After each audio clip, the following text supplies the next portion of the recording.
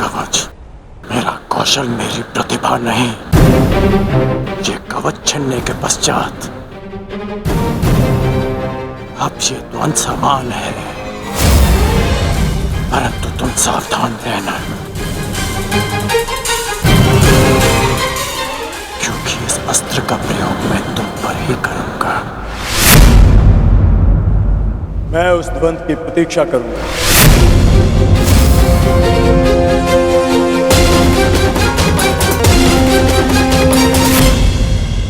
आपका मत उचित था माता। आज मैंने भी स्वीकार लिया कि कर्ण से बड़ा दानवीर कोई नहीं।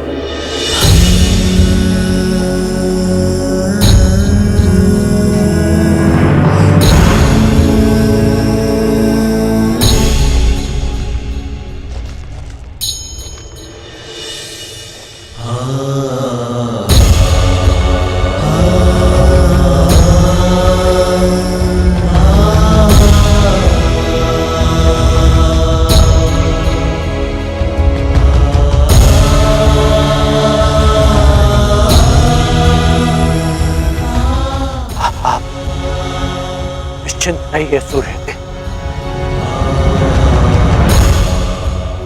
आपका पुत्र पीड़ा में नहीं। चल पूर्ण कर दे क्या?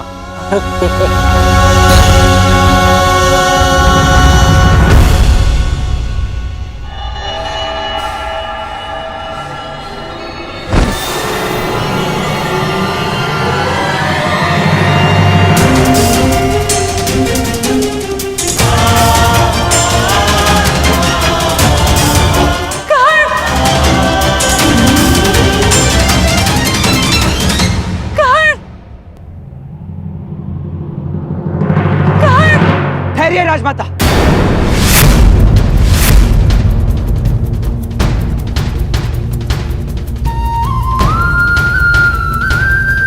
पिताश्री,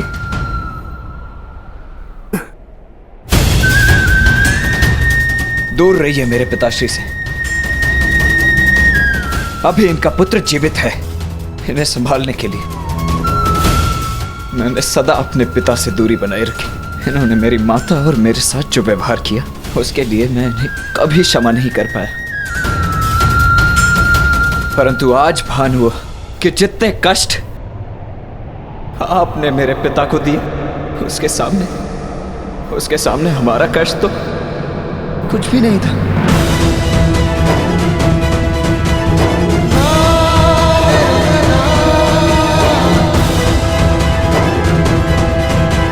मुझे इन्हें चिकित्सा के लिए शिविर ले जाना होगा। इनकी चिकित्सा आवश्यक है।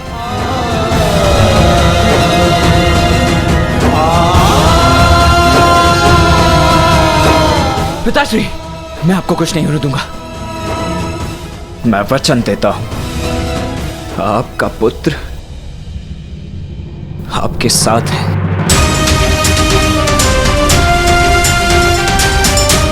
पुत्री कुंती इतनी व्यथित होकर कहां जा रही है? क्या कारण होगा?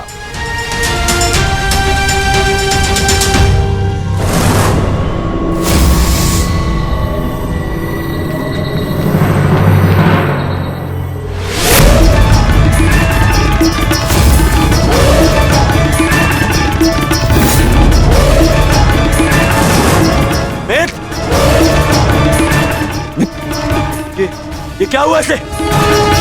लिटाओ इसे। आओ कर।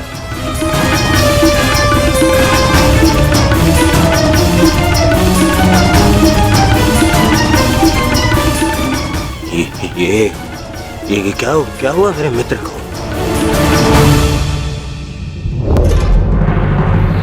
विश्वसेन, मेरे मित्र की ये दशा किसने की?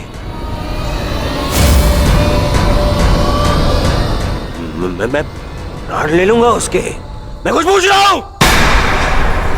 क्या हुआ? क्या हुआ? मैं आपको सब कुछ बताता हूं।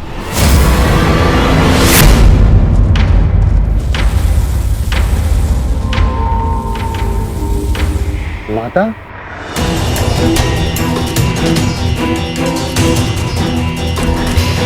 प्रणिपात माता। आप अचानक यहाँ पे? सहदेव, शीघ्र में सब चल। परंतु कहाँ माता? ये सिद्ध करने के लिए केवल तुम मुझे माता कहते हो, हृदय से भी मानते हो।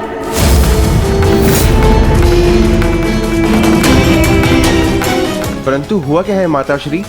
कहाँ ले जा रही हैं आप हमें? तुम दोनों को चलते कर्ण का उपचार करना है।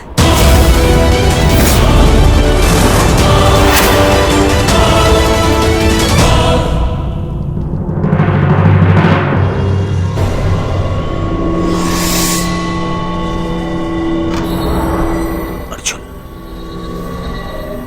ये जल उस अर्जुन ने किया है। वो कर्ण को समाप्त कर देना चाहता था। अब उस अर्जुन के साथ साथ उन पांडवों को भी समाप्त कर दूंगा मैं। पांडव पुत्रों, मैं आ रहा हूं, मैं आ रहा हूं।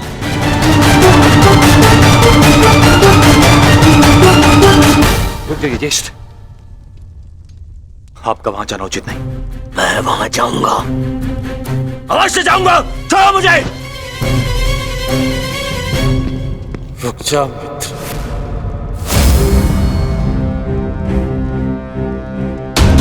जो तुम सोच रहे हो वो भूल के भी मत करना।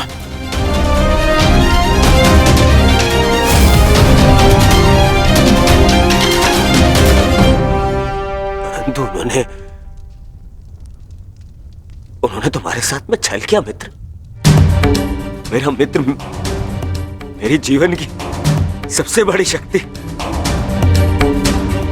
छीनना चाहा उन्होंने। और अब उन्हें लगता है कि वो हमारा नाश कर देंगे। कैसे? मेरा मित्र, मेरा कवच लिया गया है पर मेरी निष्ठा और मेरा विश्वास नहीं। मेरे कुंडल ले लिए पर मेरा कौशल नहीं। ये अंत नहीं, प्रारंभ है। प्रारंभ है मेरी विजय का।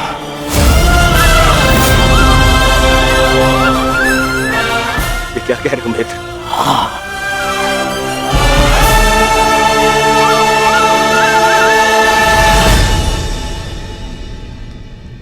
यदि तुमने मुझे मन से अपना मित्र माना है तो तुम नहीं चाहोगे।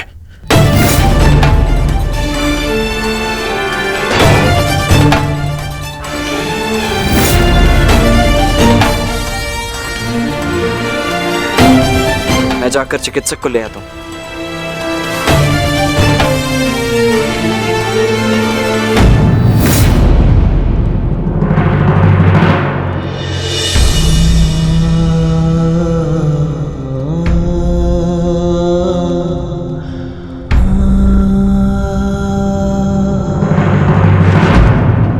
पिताश्री, मित्र,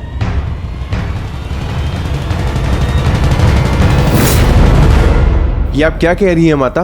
कर्ण हमारा शत्रु है और हमारे भ्राता अर्जुन के प्राणों का प्यासा है वो, और आप चाहते हैं हम उसका उपचार करें?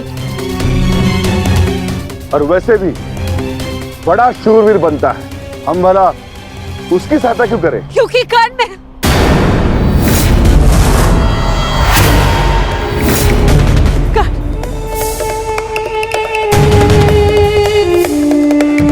क्या हुआ माते?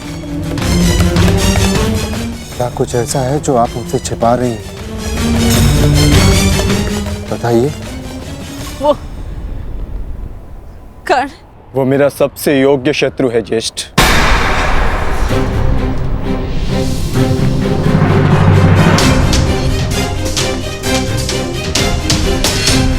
उसे अधिकार है युद्ध क्षेत्र में स्वस्थ होकर अपना कौशल दिखाए, ताकि मैं भी उस पर अपना कौशल सिद्ध कर सकूं। इंद्रदेव ने कर्ण के साथ जो छल किया वो किया, परंतु मैं चाहता हूं कि युद्ध भूमि में कर्ण अपने पूरे बल के साथ मेरे समक्ष प्रस्तुत हो, ताकि ना ही उसे और ना ही संसार को यह कहने का अवसर मिले कि अर्जुन ने एक दुर्बल का वध किया।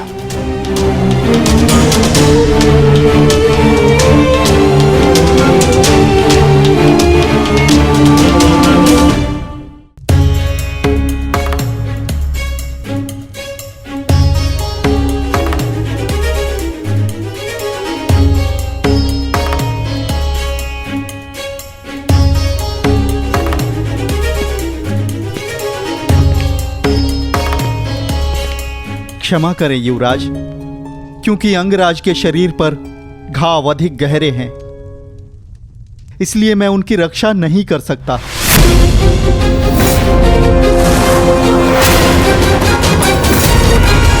कदाचित ईश्वर की यही इच्छा है। बस! यहाँ ईश्वर की नहीं, मेरी इच्छा चलती है।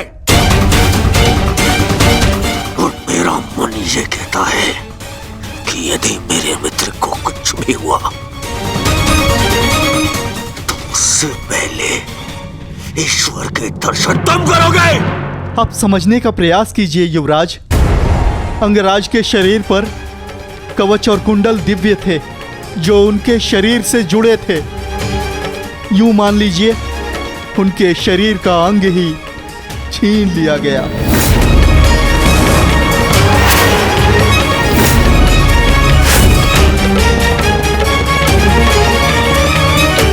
इसलिए मैं उनकी सहायता नहीं कर सकता। मेरा उपचार उनके लिए असंभव है युवराज।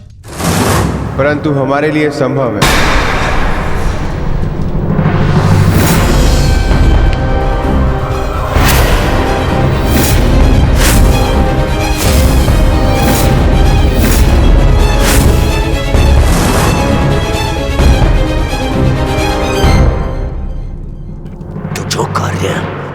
अर्जुन के पिता पूर्ण नहीं कर पाए, वो पूर्ण कर रहे हो भानुपुत्रों। इतना साहस कैसे हुआ इस शिविर में आने का? कैसे? ये मेरे आदेश से यहाँ है पुत्र दुर्योधन।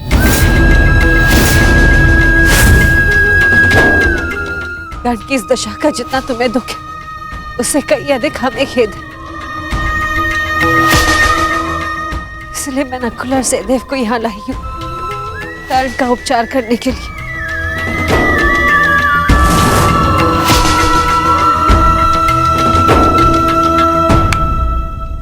धन्यवाद, परंतु मुझे आपकी सहायता की आवश्यकता नहीं है। आप जा सकते हैं। मैं संसार के सबसे अच्छे वैद्यों को बुलाऊंगा अपने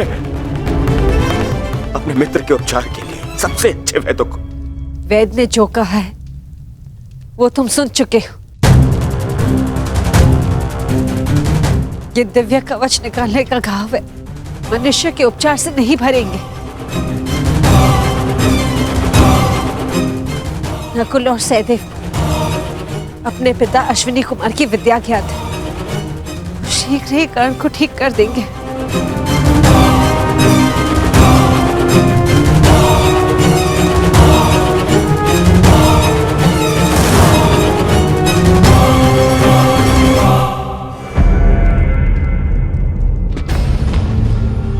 कर्ण को कुछ भी हो गया तो उसका उत्तरदायित्व कौन लेगा?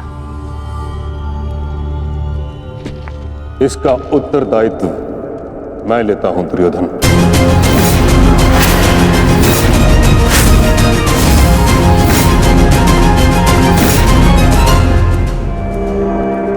मुझे नकुल सहदेव की योग्यता पर पूर्ण विश्वास है।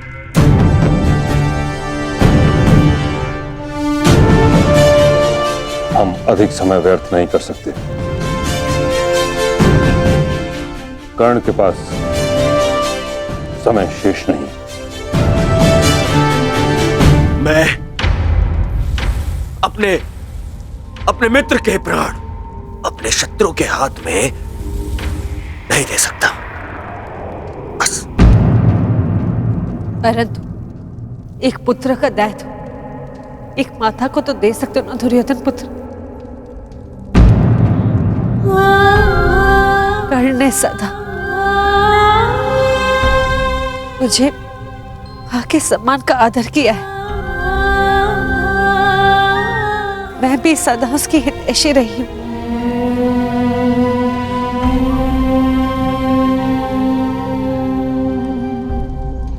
एक अवसर तो नकुल और सहदेव को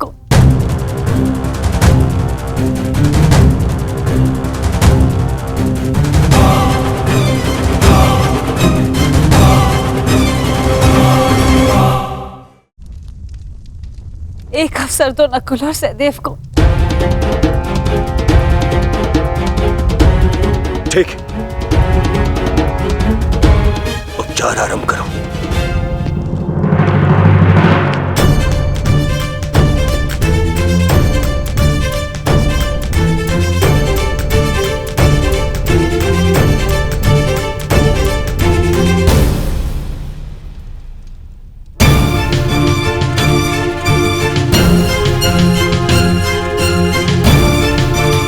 ओम अश्विनी कुमाराय नमः।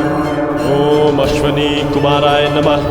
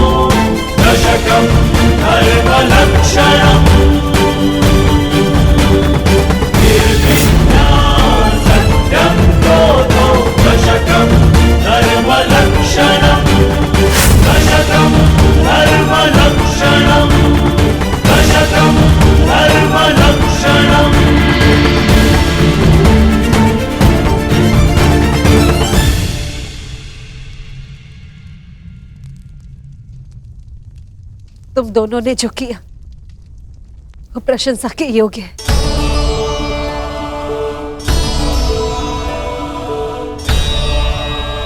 अब प्रस्थान करो।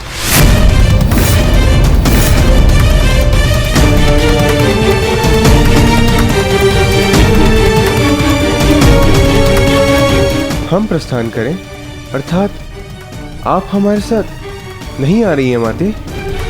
नहीं पुत्र, मेरा धर्म मुझे अपना ससुराल छोड़ने की आज्ञा नहीं देता।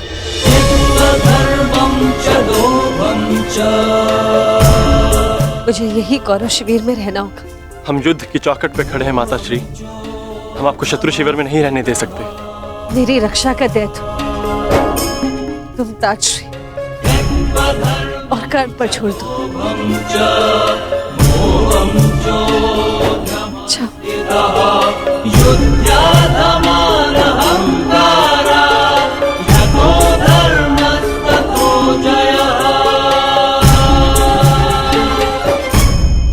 अब हमें मित्र को विश्राम करने देना चाहिए। चलिए यहां से।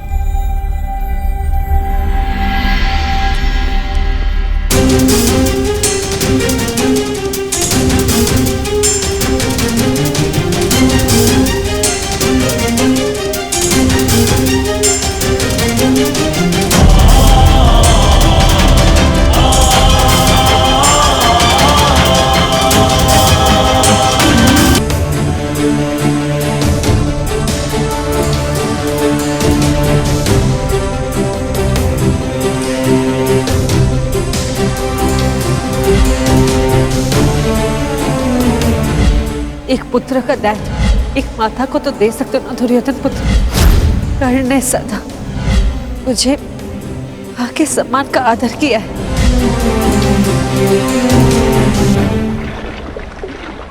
ताजश्री,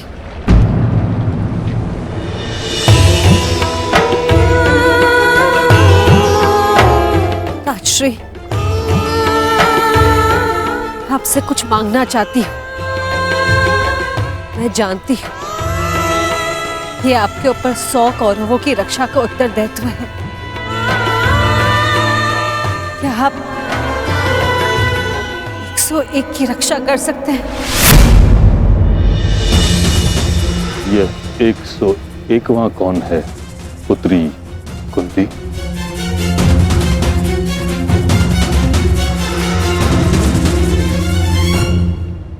अंगराज कर्ण, अंगराज कर्ण, अंगराज कर्ण, अंगराज कर्ण। ये जानते हुए कि कर्ण पांडवों के विरुद्ध है, तुम उसकी रक्षा करना चाहती हो। जान सकता हूं क्यों? क्योंकि उसकी मां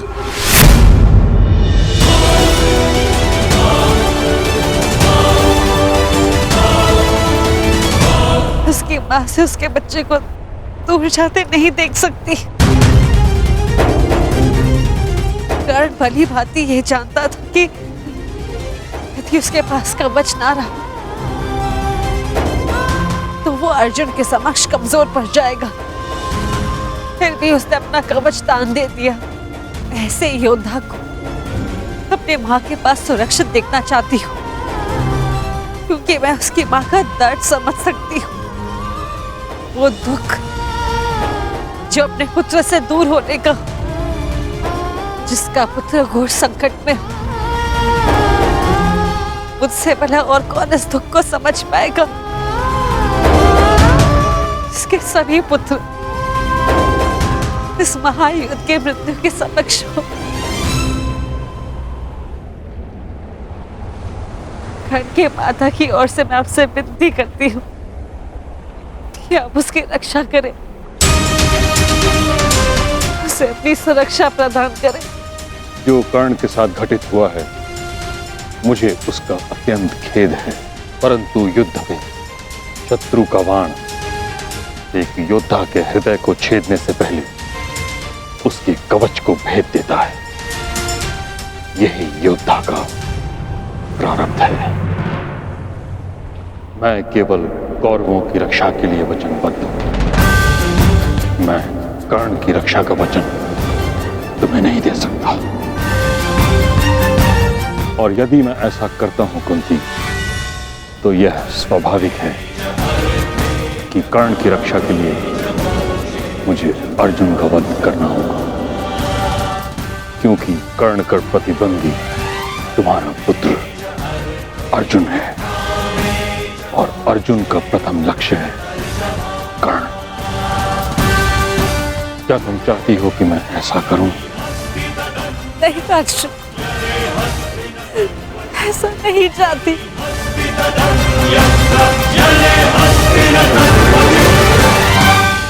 कैसी परिस्थिति है प्रभु,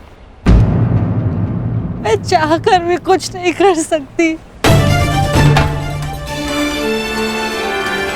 तो पितामह, मैं चाहती हूँ आप कर्ण की रक्षा करें, कर्ण की रक्षा करें। मेरे पास कोई और मार्ग नहीं पुत्री।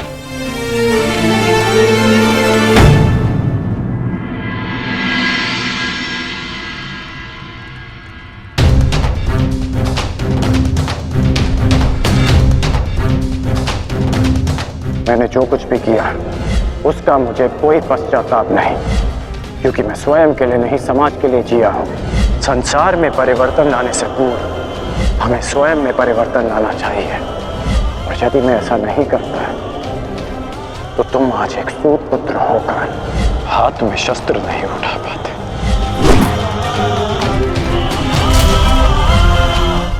यदि एक पिता की दृष्टि से देखूं तो बहुत दुख पहुंचाता मुझे। परंतु परिवर्तन की कामना रखने वाले एक योद्धा की दृष्टि से देखूं तो मुझे ग्लानि नहीं, गर्व है तुम पर। मुझे विश्वास है कि एक दिन तुम मेरा बलिदान अवश्य समझोगे। मैं उस समय की प्रतीक्षा करूंगा। मुझे सदा लगता था कि परिवर्तन के बहाने आप अपने परिवार से दूर रहना चाहते हैं, परंतु आज समझ में आया पिताश्री कि आपका लक्ष्य कितना महान था।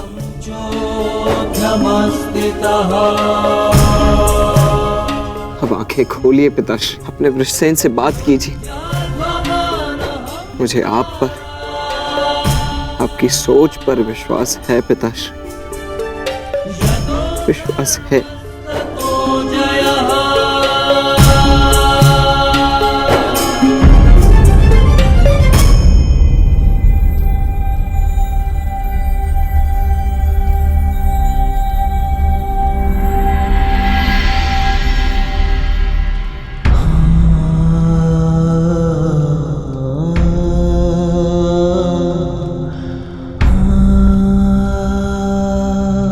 मुझे क्षमा कर दीजिए पिताश्री, मेरी हर एक भूल के लिए, मेरी हर एक धृष्टता के लिए मुझे क्षमा कर दीजिए। सदा आपसे घृणा करता आया, परंतु आज मुझे आप पर अभिमान है। मेरे पुत्र को मेरी सोच पर विश्वास है। ये विश्वास पाने के लिए एक कवच कुंडल तो क्या, सहस्त्र कवच कुंडल अपने शरीर से उतार कर फेंक सकता हूं।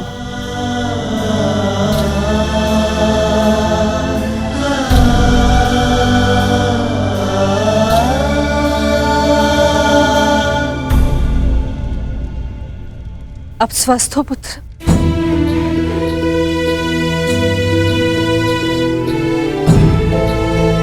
वो मैं युवराज को बताकर आता हूं कि आप स्वस्थ हैं।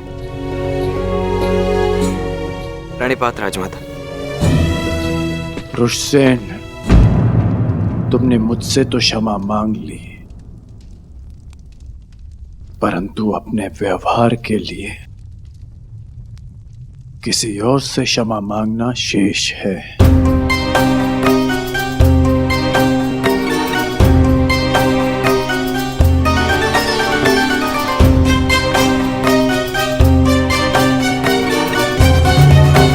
क्षमा चाहता हूँ राजमाता, वो जो भी मैंने। नहीं पुत्र, तुम्हारा कोई दोष नहीं। तुम्हारे स्थान पर कोई और पुत्र होता तो वो भी ऐसे ही करता।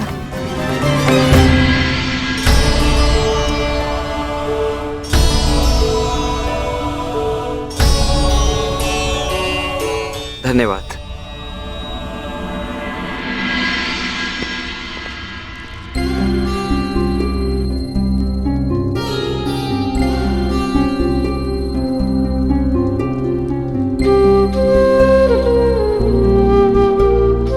पीड़ा तो नहीं है ना? पीड़ा तो तब होगी जब एक पुत्र अपनी माता का मान नहीं रख पाएगा। राजमाता, भावनाओं में बहकर ये भूल मत कर बैठिएगा कि कौरवों को आपका सत्य ज्ञात हो जाए। और हाँ, मुझे मेरा वचन स्मरण है, युद्ध के पश्चात आपके 5 पुत्र ही जीवित रहेंगे।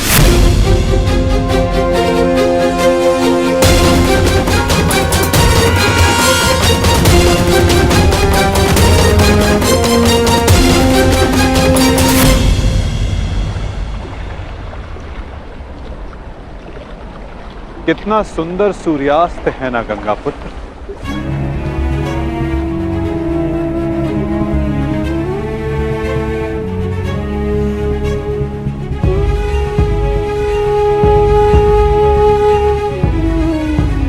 कदाचित ये इस युद्ध के प्रारंभ से पूर्व का अंतिम सूर्यास्त है। इस युद्ध के पश्चात इस सूर्य की स्वर्णिम आभा रक्त से लाल हो जाएगी, है ना?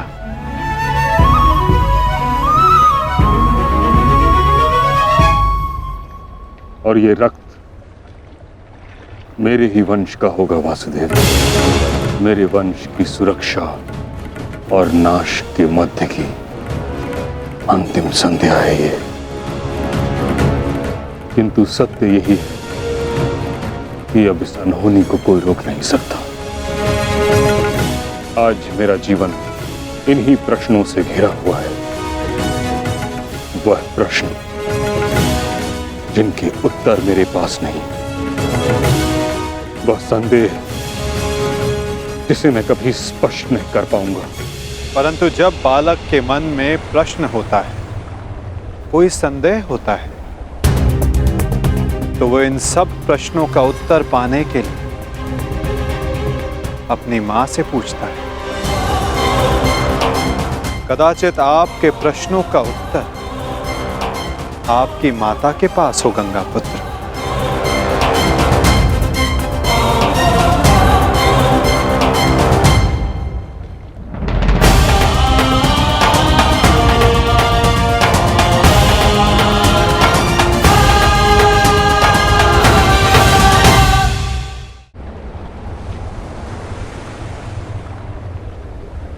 माते,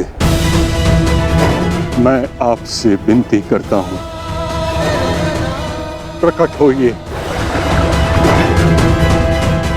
मुझे सत्य से अवगत कराइए।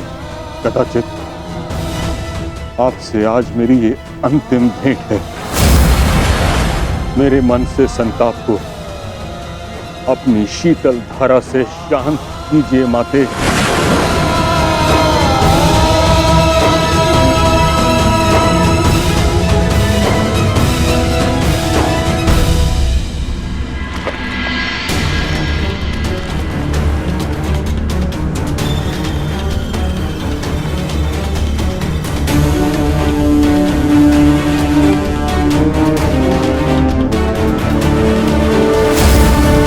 मुझे क्षमा कर देना पुत्र।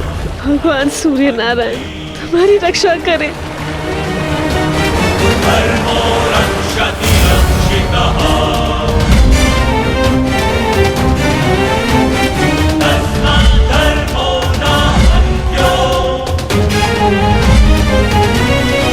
हाँ कर्ण, तुम राधे नहीं कुंती पुत्र हो। इस महाभारत के पश्चात आपके 5 पुत्र जीवित रहेंगे। यदि अर्जुन ने मेरा वध किया तो भी, और मैंने अर्जुन का वध किया तो भी। क्या आप 101 की रक्षा कर सकते हैं? यह 101वां कौन है? अंगराज कर्ण।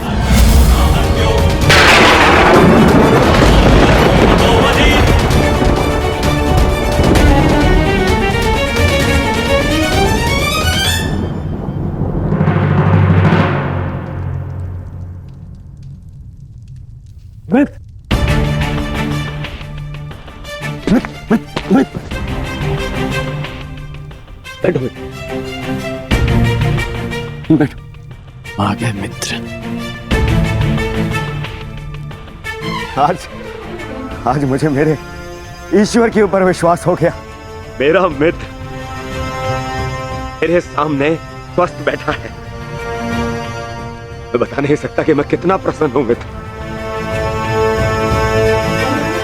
मित्र तुम ठीक हो ना? अब मैं यह युद्ध जीतू हारूं कोई अंतर नहीं पड़ता मित्र, कोई अंतर नहीं पड़ता।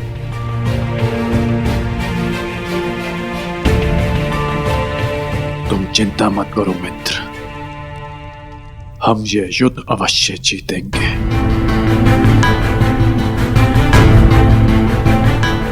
और कल तक तुम्हें इस युद्ध के लिए तैयार भी हो जाऊंगा। हाँ मित्र, हाँ। कल इस युग का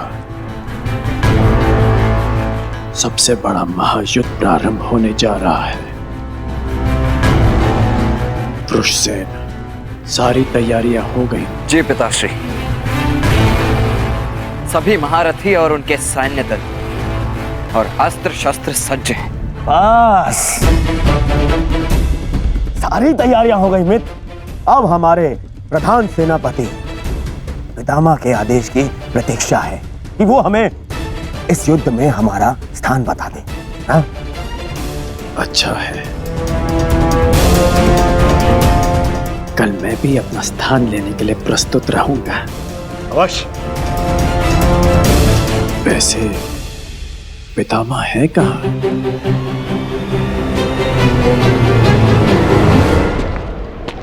कुंती, प्रणिपात ताश्री। आज मैं तुम्हें आशीर्वाद देने नहीं आया हूं, मैं तुमसे कुछ प्रश्न पूछने आया हूं। कैसा प्रश्न ताश्री? वो प्रश्न जिसका उत्तर तुम्हारे अतीत में है। उस अन्याय के विषय में पूछने आया हूं जो तुमने एक अबोध बालक के साथ किया।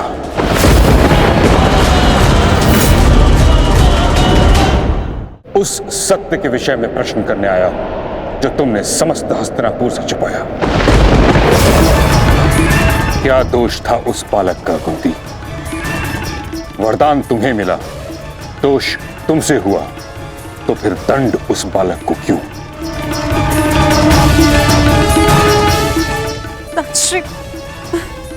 ये मत कहना कि तुम विवश थी, किंतु इतना तो तुम्हारे वश में था कि तुम मुझे इस सत्य से अवगत कराती।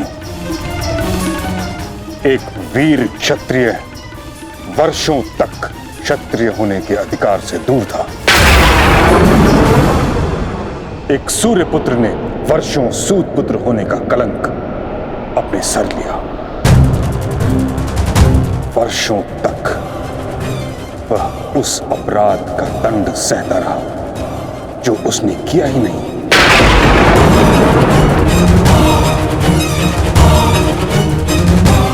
तुमने न स्वयं कर्ण के साथ अन्याय किया है कुंती, बल्कि हर पल हर पग पर उसके विरुद्ध मुझसे भी अन्याय करवाया है। क्षमा चाहती हूँ ताश्री, परंतु समझ नहीं पाई कि मैं आपको सत्य कैसे बताऊं। समझ तो तुम नहीं रही हो कुंती, कितना बड़ा अनर्थ करवा दिया है तुमने हस्तिनापुर से। एक क्षत्रिय को सूत का जीवन व्यतीत करना पड़ा। उसे ना क्षत्रियोचित शिक्षा मिली, ना ही अधिकार। रंगभूमि से उसे अपमानित करके निकाला गया। उसके भाई के मुंह में उबलता हुआ स्वर्ण डाला गया। हर पल उसे पीड़ा मिली, हर पल उसके साथ घोर अन्याय हुआ। तुमने ठीक नहीं किया कुंती, परंतु मैं अब सब ठीक कर दूंगा। हमें इस सत्य से सबको अवगत कराना होगा कि कर्ण तुम्हारा पुत्र है, अन्यथा अनर्थ हो जाएगा। नहीं ताश्री, आप ऐसा मत कीजिए। इस सत्य का अगर सबको भान हो गया तो अनर्थ हो जाएगा। जन्म से कर्ण को सम्मान नहीं मिला। अपने कर्म से जो उसने सम्मान अर्जित किया है, सबको सत्य बताने से वो भी समाप्त हो जाएगा। आपसे विनती करती हूँ ताश्री, इस सत्य को आप रहस्य ही रहने दीजिए। विनती।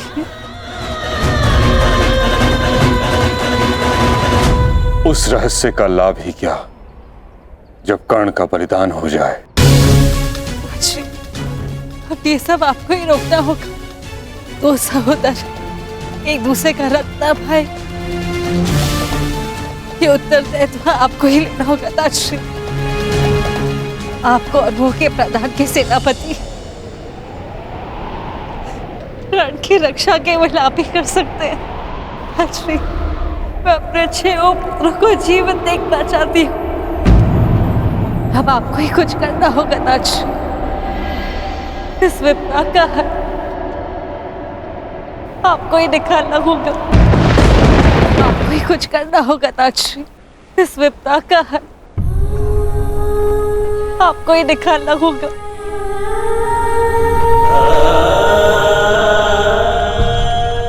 एक माता अपने कर्तव्य में चूक गई है।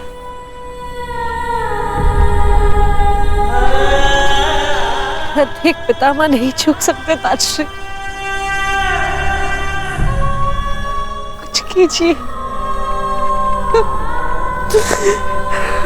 हर बार भीष्म के समक्ष ही भीष्म स्थिति क्यों उत्पन्न हो जाती है? क्यों?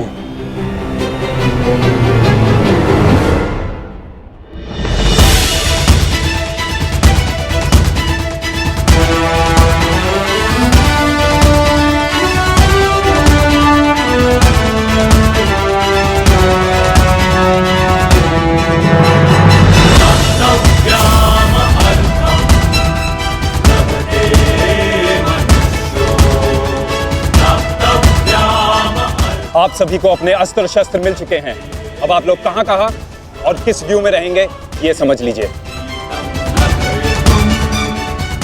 ये कुरुक्षेत्र है और हमारे सामने होगी कौरव सेना। हमारी सेना का दायां पक्ष मैं संभालूंगा और बायां पक्ष महाबली भीम, और मध्य में होंगे गांडीवधारी अर्जुन। और कौरवों की सेना में द्रोणाचार्य, अश्वत्थामा, कर्ण, दुर्योधन जैसे महारथी होंगे। और सबसे आगे होंगे महाबली, इच्छा मृत्यु के वरदानधारी भीष्म।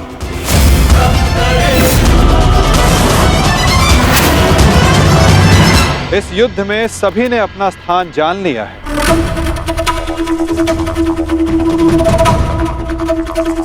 अब तुम सुनो पार्थ, तुम इस युद्ध के, इस सेना के सबसे महत्वपूर्ण भाग में हो, और युद्ध की अलिखित नीति यही है कि प्रारंभ निर्णायक होता है, और एक कुशल और विजय प्रारंभ न केवल सेना का मनोबल बढ़ाता है, अपितु उसे विजय की ओर भी लेकर जाता है।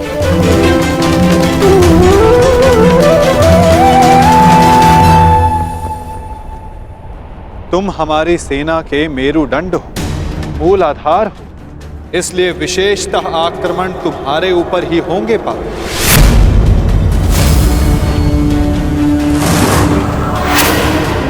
और युद्ध में तुम्हारे समक्ष खड़े होंगे तुम्हारे पितामह परशुराम शिष्य महामहिम भीष्म, जो कौरवों के सबसे बड़े बल है। और कूटनीति यही कहती है कि यदि आधार को गिरा दिया जाए तो इमारत को गिरने में ज्यादा समय नहीं लगता। और महामहिम भीष्म कौरव सेना के आधार हैं।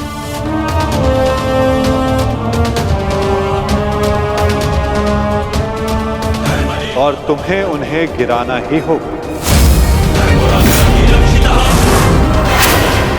यदि युद्ध के प्रथम दिन ही तुम उन पर हावी हो जाओ तो ये हमारे पक्ष के लिए सर्वोत्तम होगा पार्थ।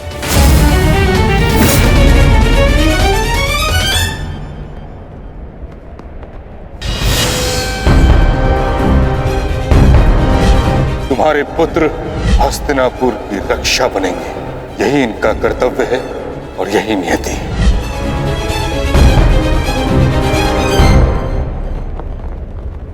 कहां खो गए पार्थ? मैं बस यही सोच रहा हूं माधव, पितामह पर वश कैसे कर पाऊंगा। वो देव गुरु बृहस्पति और भगवान परशुराम के शिष्य हैं, और उस पर उन्हें इच्छा मृत्यु का वरदान प्राप्त है। ऐसे विकट योद्धा को कैसे पराजित कर पाऊंगा मैं? कैसे रोक पाऊंगा मैं उन्हें? उत्तम, अति उत्तम। बधाई हो पार्थ, तुम तो महाभारत का युद्ध प्रारंभ होने से पूर्व ही पराजित हो गए।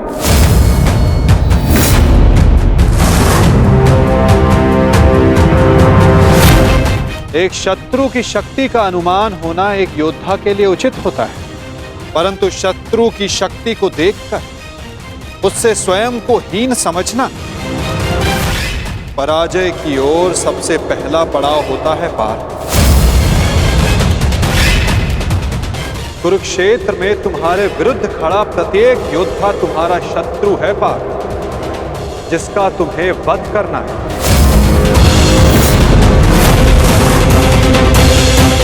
अन्यथा आज तुम भीष्म से भयभीत, कल तुम कर्ण से होगे, परसों तुम ये कहोगे कि मैं आचार्य द्रोण का सामना कैसे करूं। यदि ऐसा ही रहा तो कैसे पूर्ण करोगे अपने साथ हुए अन्याय का प्रतिकार? कैसे लोगे पांचाली के अपमान का प्रतिशोध? अपनी प्रतिज्ञाएं कैसे पूर्ण करोगे पार्थ? बताओ। यदि युद्ध में विजय होना है तो उसका केवल एक ही मार्ग है पार्थ, या तो शत्रु का सर झुका दो या फिर उसका सर संधान कर दो।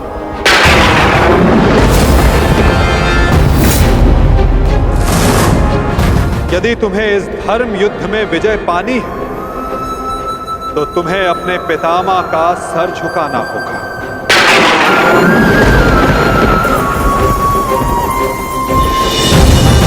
या फिर उनका सर संधान करना होगा पार्थ।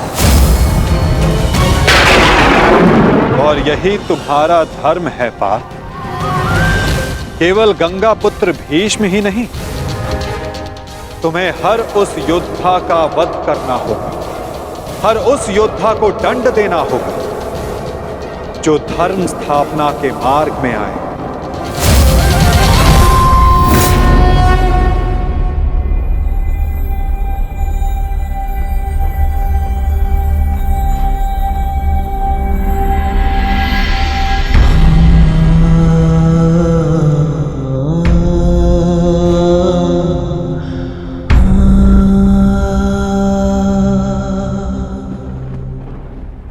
क्या हुआ पार्थ, तुम इतने विचलित क्यों हो? कुछ नहीं माधव।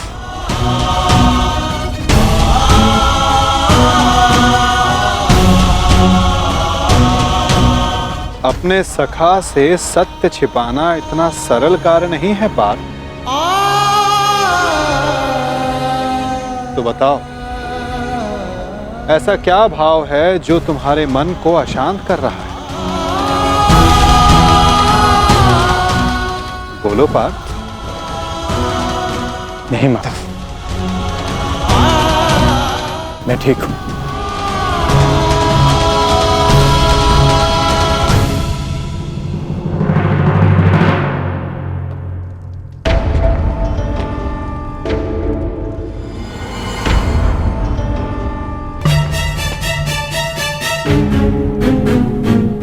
सब पहुंच गए,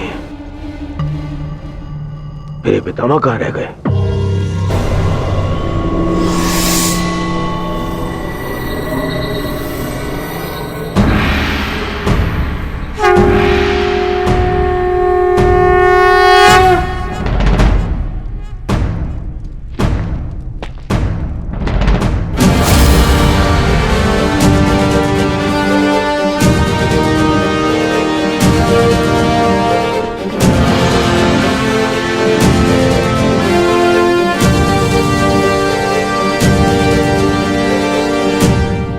सभा आरंभ की जाए। सभी रथी, महारथी और योद्धा आकर वो अस्त्र ग्रहण करें जिससे उन्हें युद्ध में प्रयोग करना है।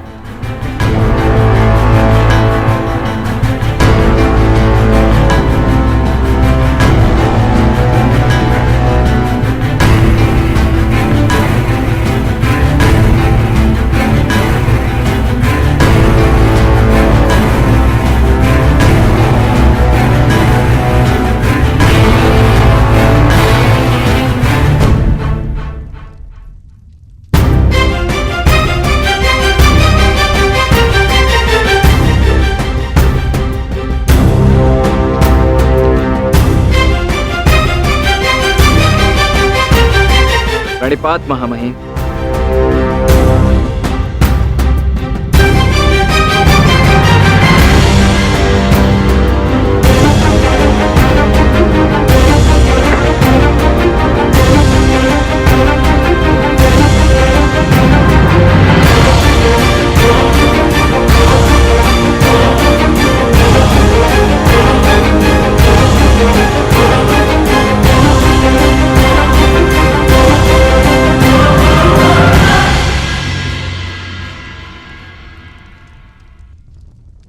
यशस्वी भव।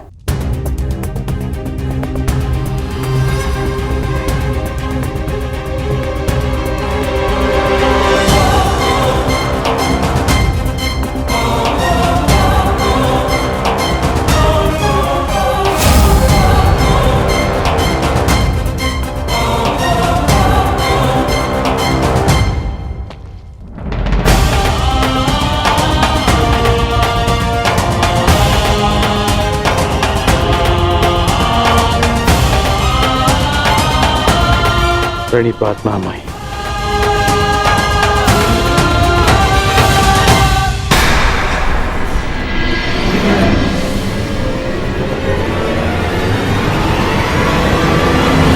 दो सहोदर एक दूसरे का रक्त न भाई, ये उत्तरदायित्व आपको ही लेना होगा ताजश्री। रण की रक्षा केवल आप ही कर सकते हैं।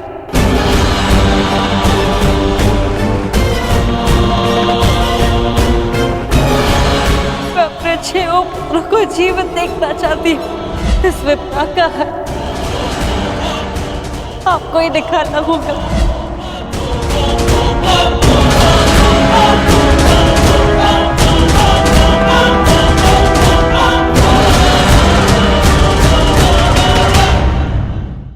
मेरा शस्त्र महामहिम। क्या हुआ पितामह?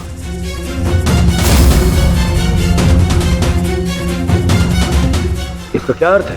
इसका अर्थ है कि एक सूत पुत्र मेरी ओर से युद्ध में भाग नहीं लेगा।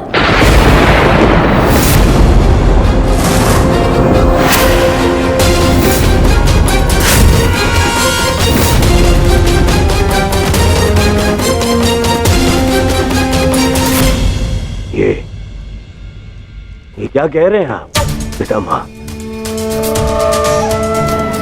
आप अब भूल रहे हैं, वर्षों पहले मैं अंगराज को राजा घोषित कर चुका हूं।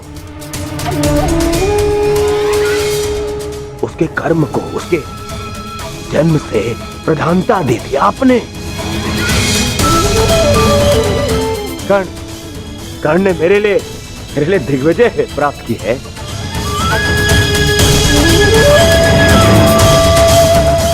आपने स्वयं विराट युद्ध में उसके साथ मिलकर युद्ध किया।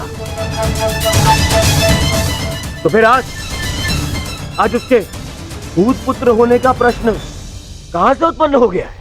बात जन्म की ही तो है दुर्योधन। हाँ, मैंने कर्ण के साथ युद्ध लड़े हैं, परंतु ये युद्ध बाकी युद्धों से भिन्न है। ये एक महान युद्ध है। भले ही कर्ण अंगराज है, परंतु यह बात भी सत्य है कि इसका जन्म एक सूत के घर हुआ है।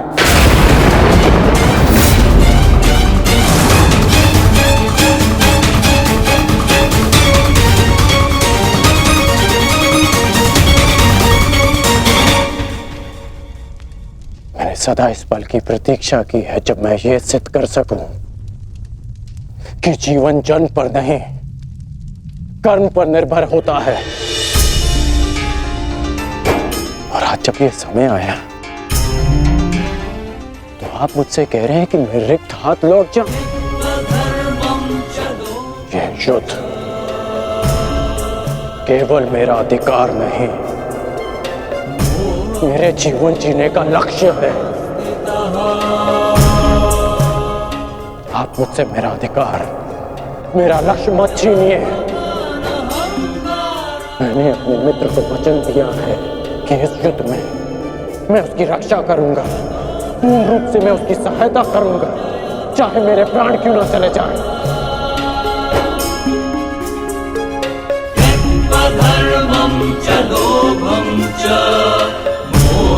और आप मुझसे कह रहे हैं कि मैं इस युद्ध में सम्मिलित ही नहीं हो सकता।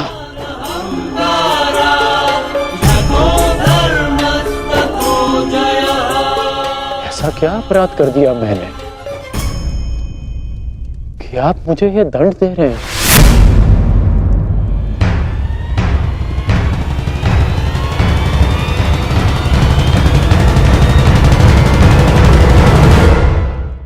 ऐसा क्या अपराध कर दिया मैंने कि आप मुझे यह दंड दे रहे हैं?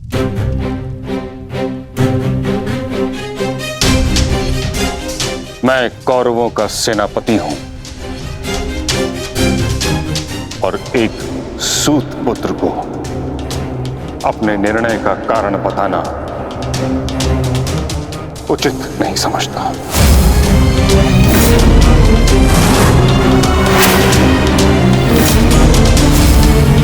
और ये मेरा अंतिम निर्णय है कि जब तक मैं युद्ध भूमि में हूं तब तक कर्ण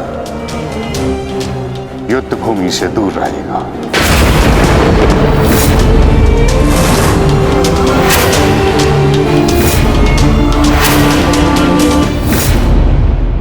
ठीक है पितामह,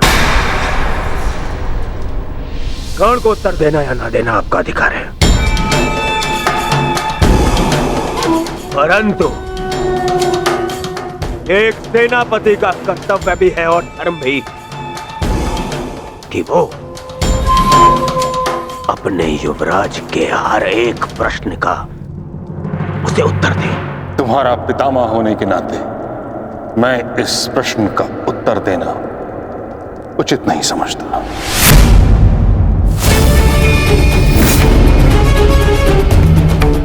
परंतु मैं कारण समझ चुका हूं और कारण ये है कि आपका मन उन पांडवों के पक्ष में डोल रहा है। उन पांडवों के प्रेम में आपकी प्रतिज्ञा दुर्बल हो गई है। विश्वासघात कर रहे हैं आप हमारे साथ, विश्वासघात। दुर्योधन,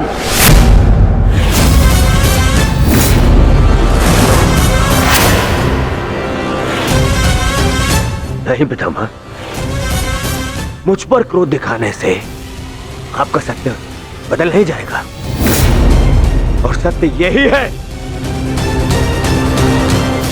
कि आप पांडवों का पक्ष ले रहे हैं। आप जानते हैं कि यदि कर्ण ने इस युद्ध में भाग लिया तो वो आपके उन प्यारे पांडवों का नाश कर देगा और इसी उद्देश्य के चलते आप कर्ण को इस युद्ध से दूर रखना चाहते हैं। तुम्हें जो समझना है समझो दुर्योधन, परंतु मैं किसी को भी अपना उद्देश्य बताना उचित नहीं समझता।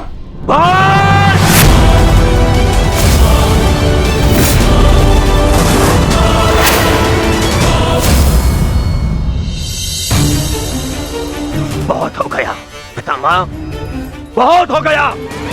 अब आपको अवकाश लेने की आवश्यकता है। बूढ़े हो गए हैं आप।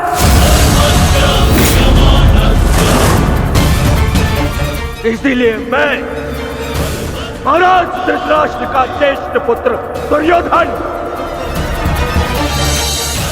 आपको आपके कर्तव्य से मुक्त करता हूं।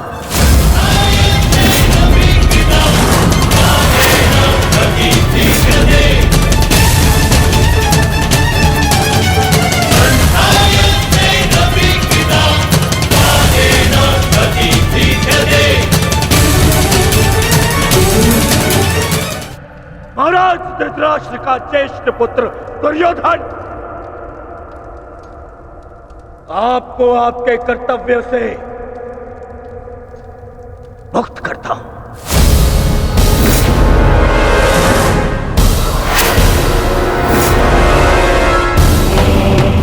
बताए क्यों पितामह?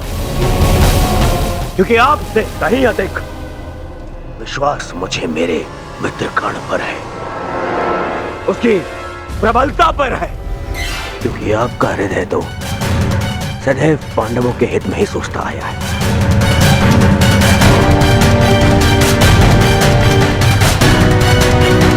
और मैं ऐसे सेनापति को अपनी समस्त सेना का उत्तरदायित्व नहीं दे सकता जो शत्रु हित में सोचता हो। यदि कर्ण इस युद्ध में भाग नहीं ले सकता तो आप भी इस युद्ध में भाग नहीं लेंगे।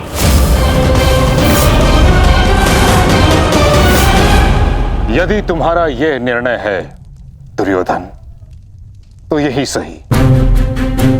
मैं स्वयं को इस युद्ध से विरक्त घोषित करता हूं।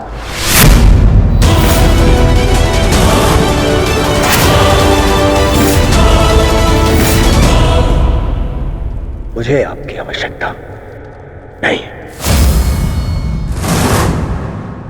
दुर्योधन, ये क्या कह रहे हो तुम? मूर्खता मत करो और मित्रता की मोह में नेत्रहीन ना बनो दुर्योधन। हमें कर्ण से अधिक पितामह की आवश्यकता है, समझ गए तुम? मैंने आपसे सुझाव मांगा। मांगा तो जाइए और जाकर अपना स्थान ग्रहण कीजिए। मुझे याद है कि मैं क्या कर रहा हूं। जाइए।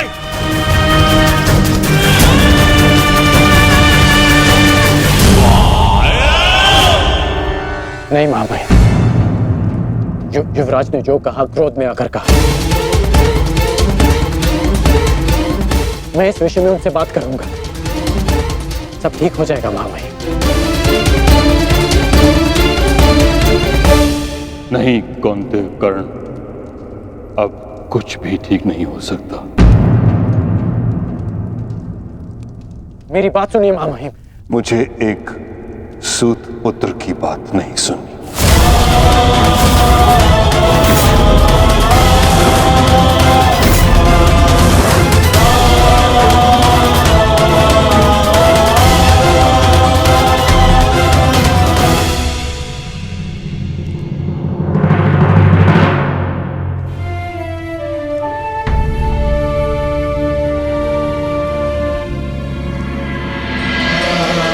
कुरुक्षेत्र में तुम्हारे विरुद्ध खड़ा प्रत्येक योद्धा तुम्हारा शत्रु है पार्थ, जिसका तुम्हें वध करना है।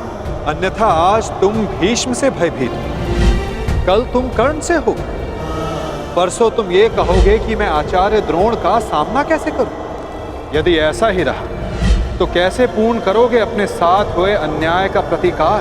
कैसे लोगे पांचाली के अपमान का प्रतिशोध? क्या बात है आर्य, बड़ी गहन सोच में डूबे हुए हैं।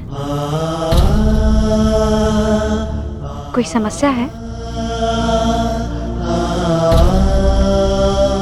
समस्या क्या है मैं नहीं जानता, परंतु एक विचित्र भय की अनुभूति हो रही है मुझे।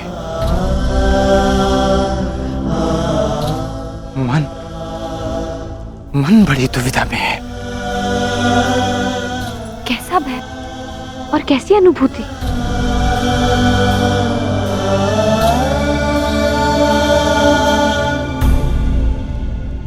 मैं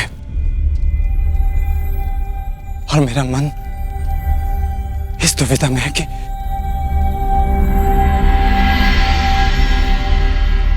क्या यह युद्ध उचित है? क्या अपनों का वध करना आवश्यक है? मन में संशय है,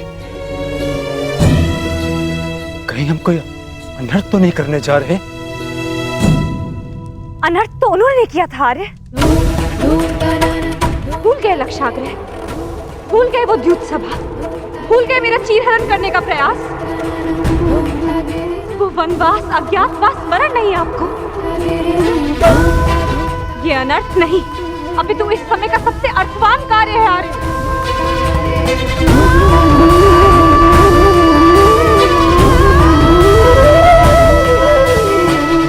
ये धर्म युद्ध है, उनके विरुद्ध जिन्होंने अधर्म किया और उनके विरुद्ध जो मौन रहकर इस अधर्म के साक्षी बने। ये एक प्रयास है आर्य, आने वाली पीढ़ियों के समक्ष एक उदाहरण प्रस्तुत करने का कि जो अधर्म करता है और जो चुप रहकर उसे होते हुए देखता है, वो दोनों ही नाश के भागी हैं।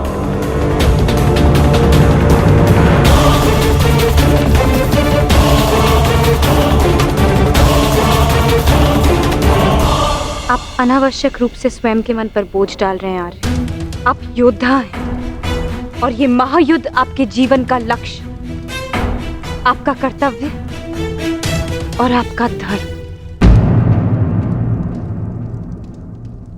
धर्म?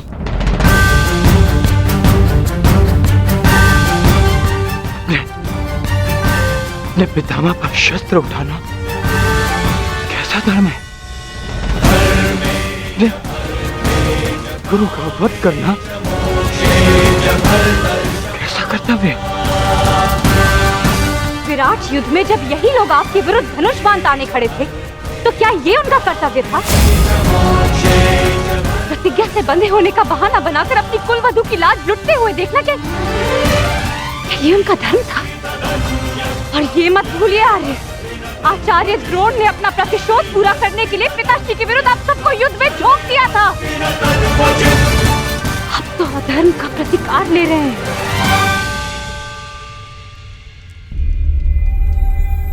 कहीं ऐसा तो नहीं आ रहा कि आपको ऐसा लग रहा है कि जो कुछ भी उन्होंने किया वो धर्म था, उचित था? नहीं पांचाली, नहीं।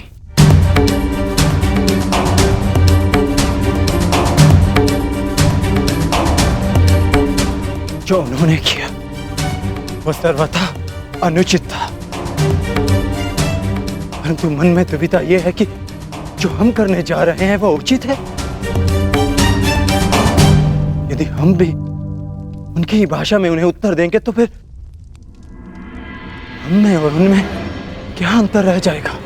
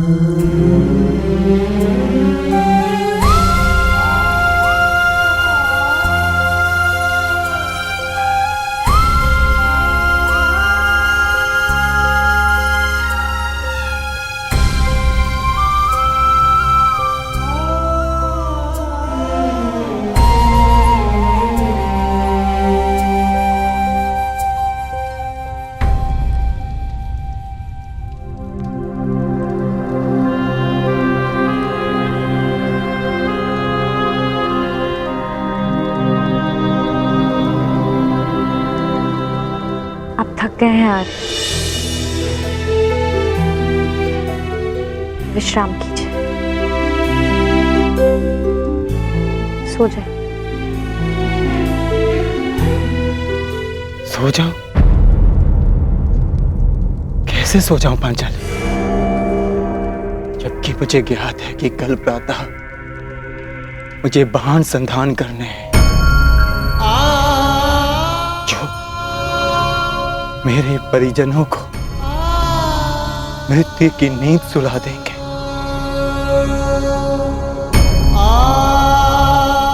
तो कैसे सो जाऊं मैं? कैसे?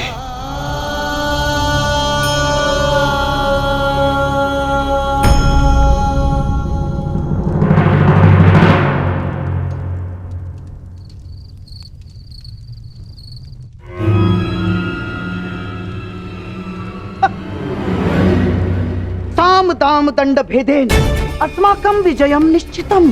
साम दाम दंड भेदेन अस्माकं विजयम निश्चितम। कहाँ है? कैसे होगा? अपनी मित्रता के भावावेश में बहकर तुम बहुत बड़ी भूल कर रहे हो दुर्योधन, बहुत बड़ी भूल। वो अंगराजम, वो कर्ण नहीं ना जिसे अस्त्र बनाकर तुम पांडवों पर प्रयोग करना चाहते थे ना, जिसकी सारी शक्ति उसके कवच और कुंडल में थी, जो अब नहीं है, जिसके जाते ही कर्ण केवल और केवल मात्र एक साधारण योद्धा और एक साधारण धनुर्धारी रह गया है दुर्योधन। और ऐसे व्यक्ति को तुम प्रधान सेनापति बनाना चाहते हो? है? कौरवों की वास्तविक शक्ति इच्छा मृत्यु के वरदानधारी महामहिम भीष्म है, ना कि वो कवचहीन सूत पुत्र कर्ण। मैं जानता हूं कि तुम्हें बहुत बुरा लगता है, जानता हूं मैं। परंतु एक बार अपने मन से पूछो एक बार, उत्तर यही मिलेगा कि वो सूत पुत्र कर्ण कुंती और उसके पुत्रों के लिए कोमल भाव रखता है, कोमल भाव। स्मरण करो कि किस प्रकार उसने हमारी हर चाल में बाधा डालने का प्रयास किया है दुर्योधन। चाहे वो द्यूत सभा हो या विराट युद्ध, हाँ, या फिर तुम्हारे जीजा श्री जयद्रथ का अपमान है। कर्ण सदैव उन पांडवों के पक्ष में रहा है, द्रोही है वो। अपने मन को टटोलो दुर्योधन, उत्तर मिल जाएगा तुम्हें। विश्वासघाती है तुम्हारा मित्र कर्ण, विश्वासघाती।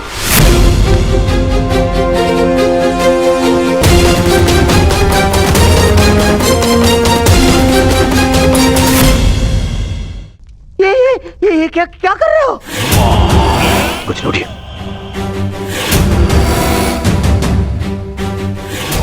मैंने अपने मन को टटोल कर देखा तो स्वर से यह आया कि मेरा मित्र कर्ण पूर्ण रूप निष्ठावान है। एक और स्वर मन से निकला कि यदि मेरे मित्र कर्ण के ऊपर कोई भी उंगली उठाए तो उसे तोड़ देना।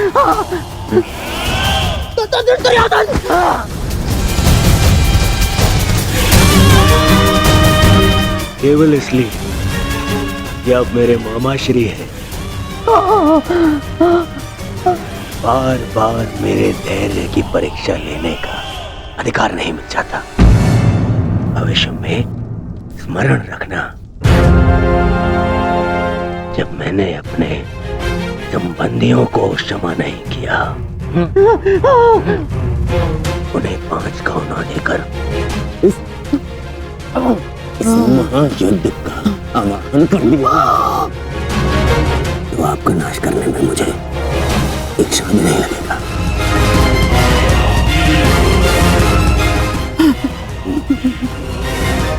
इसलिए स्मरण रखना, ना तो फिर कभी मेरे धैर्य की परीक्षा लेना और ना ही मेरे मित्र कर्ण के ऊपर आरोप लगाना।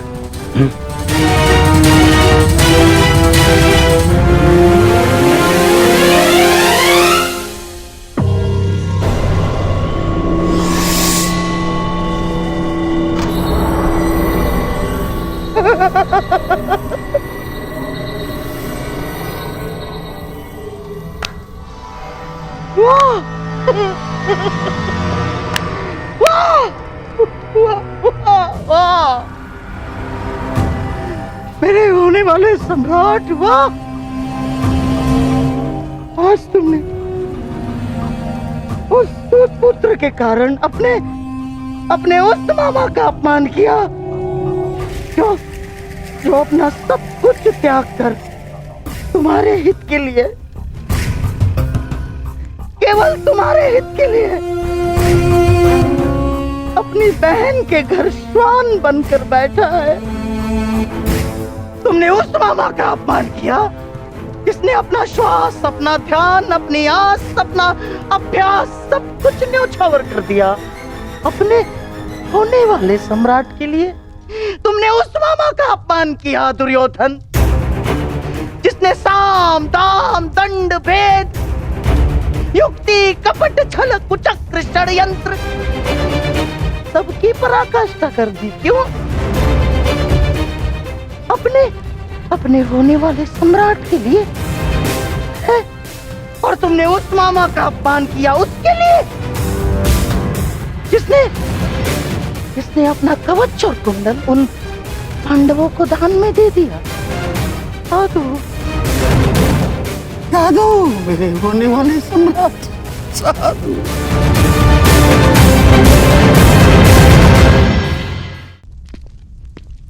नहीं पिताश्री, मुझे महामहिम का निर्णय स्वीकार नहीं है।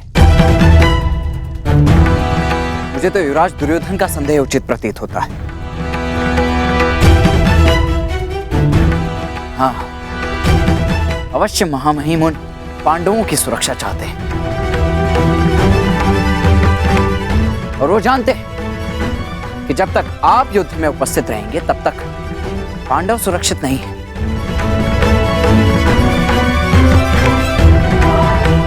तभी वो आपको युद्ध से दूर रखना चाहते हैं।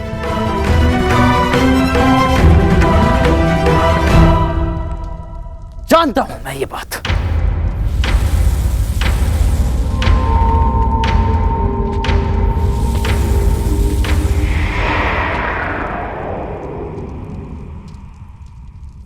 शांत हो जाओ पुत्र। कैसे शांत हो जाऊं पिताश्री? इस समय कौरवों को सबसे अधिक आवश्यकता आपकी है, ना कि महामहिम की।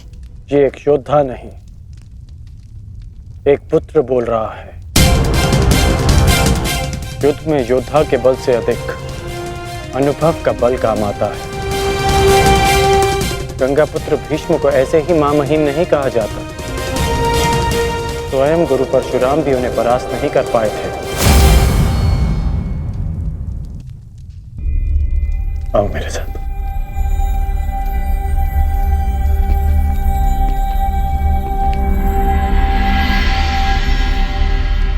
जब तुम भीतर आए थे तो बाहर कौन था?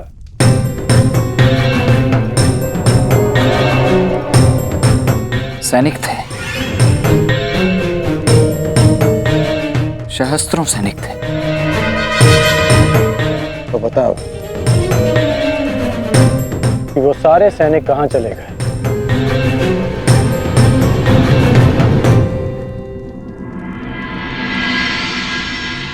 हस्तिनापुर में चारों ओर ये सूचना फैल रही है कि महामहिम कौरव सेना का नेतृत्व नहीं करेंगे। सारे सैनिक अपने अपने सेना नायकों के पास इस बात की पुष्टि करने के लिए गए हैं। और यदि ये निश्चित हो गया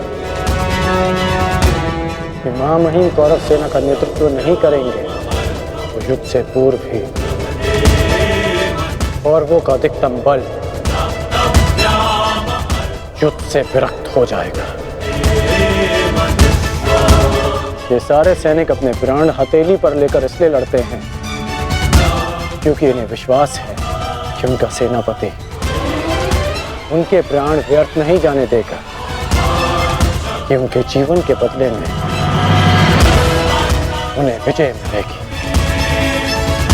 इसलिए पुत्र, दुर्योधन को मेरे बदले मां महीम को चुनना चाहिए, क्योंकि मां महीम के पास सेना का विश्वास है। तो अब आप क्या करेंगे पिताश्री? एक योद्धा होने के नाते अपने से महान योद्धा का सम्मान और वो कार्य जो मेरे मित्र के हित में होगा